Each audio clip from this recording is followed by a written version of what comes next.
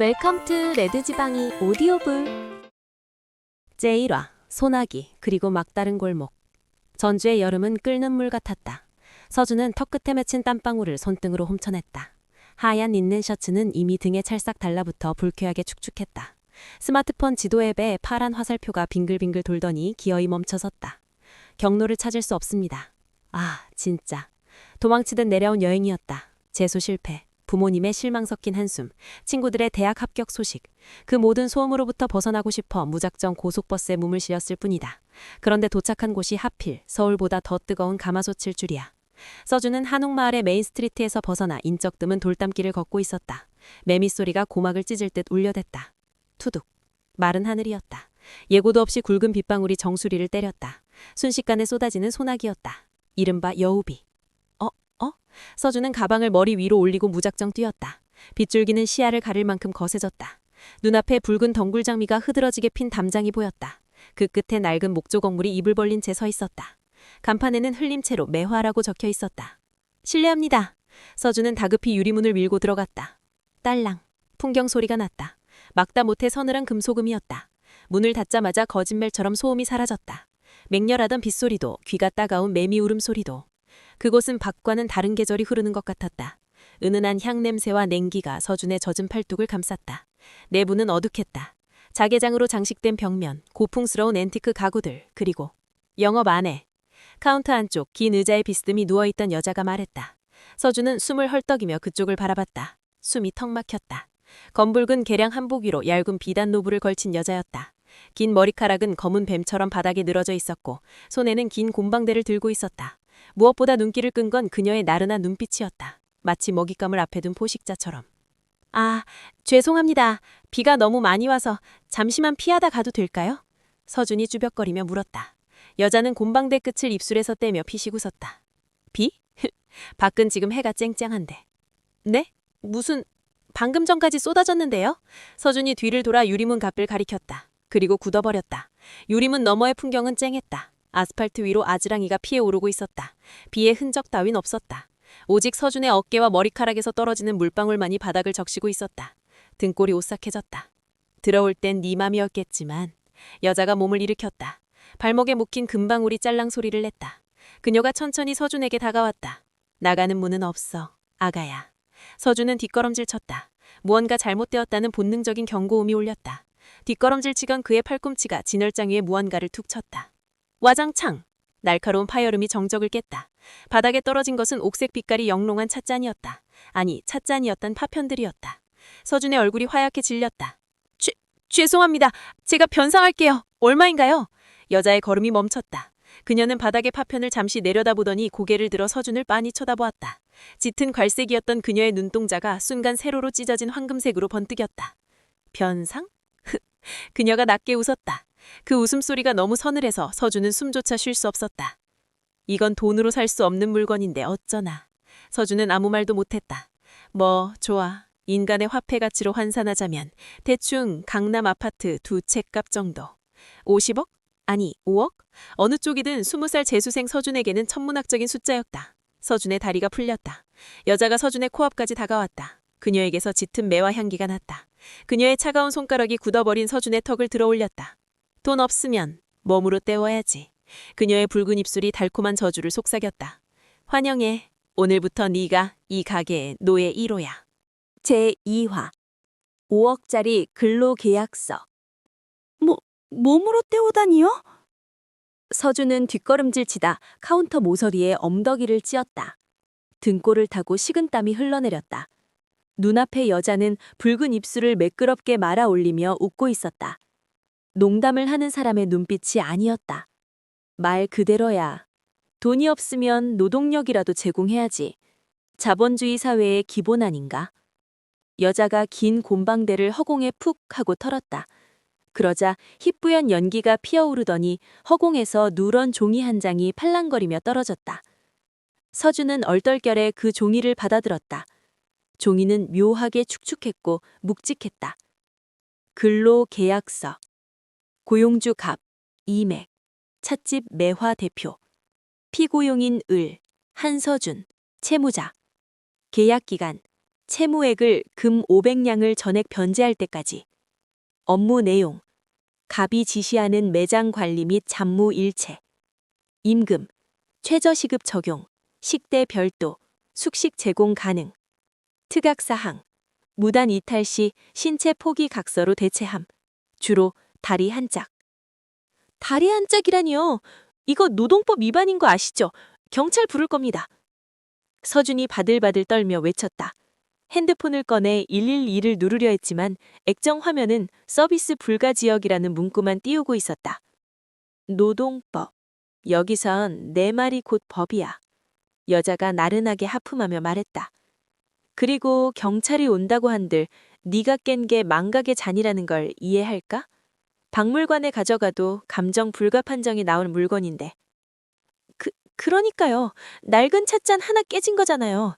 제가 알바해서, 아니, 부모님께 손을 벌려서라도 어떻게든. 오악. 여자가 딱 잘라 말했다. 그 잔을 만드는데 들어간 재료비와 내 500년치 추억값이야.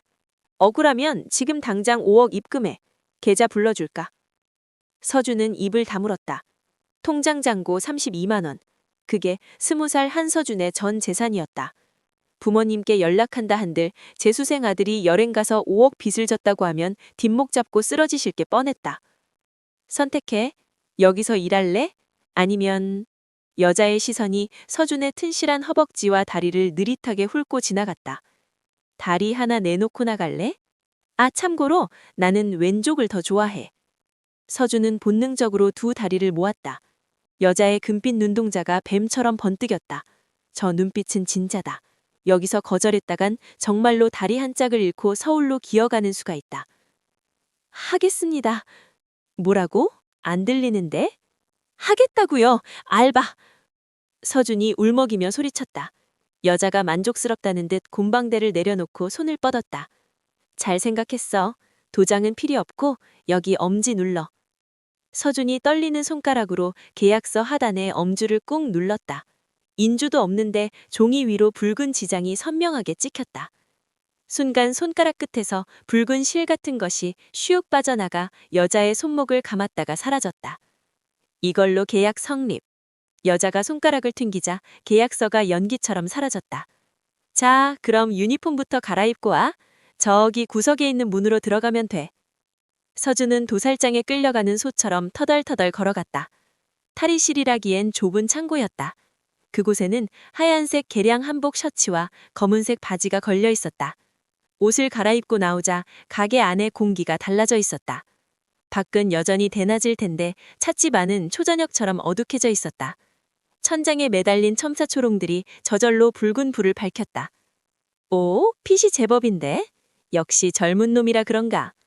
여자는 카운터에 턱을 괴고 서준을 위아래로 훑어봤다. 서준은 쑥스러움과 공포가 뒤섞인 얼굴로 옷매무새를 다듬었다. 저기 사장님, 근데 여기 손님이 오긴 하나요? 골목도 너무 구석이고. 걱정 마. 해가 기울면 손님들은 알아서 찾아오니까. 그 말이 끝나기 무섭게 입구에 풍경 소리가 울렸다. 딸랑. 이번엔 청아한 소리가 아니었다. 둔탁하고 물기 어린 소리였다. 서준은 반사적으로 문 쪽을 바라봤다. 오서무세요? 인사를 하려던 입이 딱 벌어졌다. 문이 열렸는데 아무도 없었다. 아니, 정확히 말하면 사람은 없었다. 바닥에 물이 뚝뚝 떨어지고 있었다. 문지방을 넘어 들어온 것은 흠뻑 젖은 발자국이었다. 발자국은 뚜벅뚜벅 소리를 내며 테이블 쪽으로 걸어오고 있었다. 허공에 둥둥 떠있는 형체는 희미했지만 분명 사람의 형상이었다. 창백하게 불엎어진 피부, 축 늘어진 긴 머리카락, 그리고 텅 빈 눈구멍. 추워, 따뜻한 거. 그것이, 아니, 그 손님은 덜덜 떨리는 목소리로 중얼거렸다. 서준의 다리가 사시나무처럼 떨리기 시작했다. 서자님, 저게 뭐예요? 뭐긴 첫 손님이네. 여자는 아무렇지 않게 주문서를 서준에게 내밀었다. 3번 테이블, 객사천 물귀신이야. 따뜻한 쑥차 한 잔 주문 받아와. 네? 저더러 저길 가라고요? 알바 1호, 계약서 4조 2항 기억나니? 갑의 지시에 불복종 시 신체 포기. 서준은 비명을 지르고 싶은 걸 억지로 삼켰다. 물귀신은 어느새 3번 테이블 의자에 앉아 정확히는 엉덩이가 의자를 통과한 채 서준을 빤히 쳐다보고 있었다. 총각, 왜 안 와? 따뜻한 거. 귀신의 고개가 기괴한 각도로 꺾였다. 서준은 쟁반을 든 손을 덜덜 떨며 울며 겨자 먹기로 발이 뗐다. 5억 갚으려다 제 명에 못 죽을 것 같았다. 이곳은 평범한 찻집이 아니었다. 괴물들이 사는 틈새, 전주의 뒷골곡이었다. 서준은 쟁반을 든 손에 힘을 꽉 주었다. 덜덜 떨리는 찻잔 속에 쑥차가 파도를 쳤다. 테이블까지의 거리는 고작 5걸음. 하지만 그 거리가 마치 첫 낭떠러지 위를 걷는 것만 같았다. 3번 테이블의 물귀신은 고개를 꺾은 채 서준을 기다리고 있었다. 텅 빈 눈구멍에서 흘러나온 강물이 테이블볼을 흥건하게 적셨다. 여기 주문하신 따뜻한 쑥차 나왔습니다. 서준이 기어들어가는 목소리로 찻잔을 내려놓았다. 귀신의 창백한 손이 찻잔을 향해 뻗어왔다.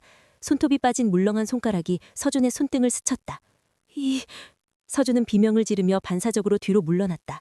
소름이 돋아 팔에 닭살이 돋았다. 하지만 귀신은 서준을 공격하지 않았다. 그저 찻잔을 두 손으로 감싸 쥐고 그 온기를 탐닉하듯 얼굴을 파묻을 뿐이었다. 따뜻해. 귀신의 입에서 하얀 김이 새어나왔다. 그 모습을 보자 서준의 공포심 틈새로 묘한 감정이 비집고 들어왔다.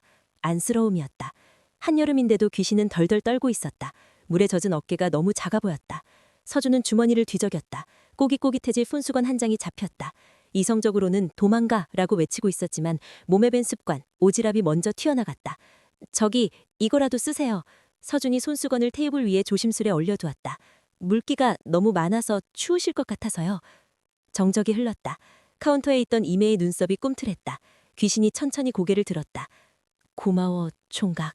귀신이 찻잔을 비우고 자리에서 일어났다. 그리고 품에서 무언가를 꺼내 테이블 위에 올려두었다. 젖은 낙엽 2장이었다.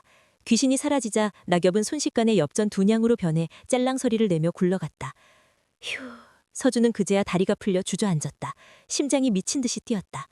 호, 머리 위에서 이매의 목소리가 들렸다. 어느새 다가온 그녀가 팔짱을 낀 채 서준을 내려다보고 있었다. 기절할 줄 알았더니 제법인데? 사장님, 저 그만두면 안 될까요? 방금 진짜 심장마비 올 뻔했거든요. 안 돼. 엽전 봤지? 첫 매출이야. 넌 이제 우리 가게의 복덩이인 셈이지. 이매가 엽전을 집어들며 시익 웃었다. 서준은 억울해서 눈물이 날 지경이었다. 복덩이는 무슨 재물 1호겠지. 그때였다. 쾅! 이번엔 풍경 소리가 울릴 새도 없이 문이 거칠게 열렸다. 서준이 놀라 뒤를 돌아보자 눈이 부실 정도로 화려한 남자가 서 있었다. 키는 서준만큼 컸지만 분위기는 정반대였다. 새하얀 정장 위로 은색 두루마기를 걸쳤고 백금발 머리카락을 단정하게 넘긴 미남이었다. 무엇보다 눈길을 끄는 건 그의 등 뒤에서 살랑거리는 하얀 꼬리였다. 하나, 둘, 무려 9개. 구미호였다. 주인님! 남자는 서준은 거들떠보지도 않고 이매에게 달려들었다. 어딜 갔다 이제 오십니까? 제가 얼마나 찾았는지 알아요? 가게 문을 왜 또 열어두셨어요, 위험하게. 남자의 목소리엔 애정과 잔소리가 섞여 있었다. 그는 자연스럽게 이매의 어깨에 묻은 먼지를 털어주며 치대기 시작했다. 백호야, 시끄럽다니까. 귀청 떨어지겠네. 시끄럽다뇨. 주인님이 며칠째 잠적하니까 전주 시내 요괴들이 난리가 났단 말입니다. 또 어디 가서 술 드시고 오셨죠? 백호라 불린 남자는 쉴 새 없이 떠들다가 문득 코를 킁킁거렸다. 잠깐, 이 냄새는 뭐죠? 그의 여우 눈매가 날카로워졌다. 그는 천천히 고개를 돌려 바닥에 주저앉아 있는 서준을 쳐다보았다. 경멸과 불쾌함이 가득 담긴 시선이었다. 어디서 굴러먹던 개뼈다귀 냄새가 나는데. 백호가 성큼성큼 서준에게 다가왔다. 압도적인 기세에 서준은 뒤로 움찔했다.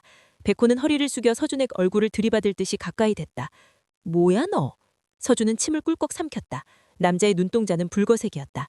이 가게엔 인간 출입 금지야. 살고 싶으면 당장 꺼져. 백호가 으르렁거렸다. 등 뒤에 9개의 꼬리가 부채처럼 펼쳐지며 위협적으로 일렁였다. 서준이 겁에 질려 아무 말도 못하고 있을 때 이매의 공방대 끝이 백호의 뒤통수를 탁 하고 뗐다. 악! 주인님! 내 알바생한테 짖지 마! 털 날려! 이매가 귀찮은 듯 말했다. 알바생이라뇨? 이딴 인간 꼬맹이가요? 응? 내 빚쟁이이자 노예 1호. 이매가 서준의 턱을 까딱 가리켰다. 인사해, 서준아. 여긴 내 비서이자 호구 1호, 백호야.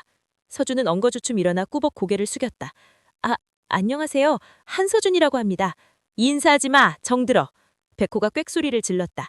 그는 믿을 수 없다는 듯 이매와 서준을 번갈아 보더니 울상을 지었다. 주인님, 저로는 부족하신 거예요? 제가 빨래도 하고 청소도 하고 가게세도 내드리는데 왜 하필 인간을 들이십니까? 넌 너무 시끄럽잖아. 얜 조용하고. 저게 조용하다고요? 숨소리부터 거슬리는데. 백호가 서준을 째려보았다. 서준은 직감했다. 앞으로의 알바 생활이 물귀신보다 더 무서운 놈 때문에 피곤해질 거물. 앞으로 잘 지내봐. 싸우면 둘 다 쫓아낼 거니까. 이매는 유유히 카운터 뒤쪽에 안락의자로 돌아가 다시 누웠다. 가게 안에는 어색한 침묵이 흘렀다. 백호가 옷매무새를 가다듬더니 서준에게 들릴 듯 말 듯한 목소리로 으르렁거렸다. 착각하지 마, 인간. 네? 주인님이 잠깐 심심해서 주워온 장난감일 뿐이니까 실증 나시면 내가 제일 먼저 씹어먹어 줄게. 백호가 입꼬리를 비틀어 웃었다. 그 미소 사이로 날카로운 송곳잎이 번뜩였다. 서준은 자신의 목을 감싸쥐었다. 전주로 도망쳤는데 호랑이굴, 아니 여우굴의 제발로 들어온 꼴이 되었다.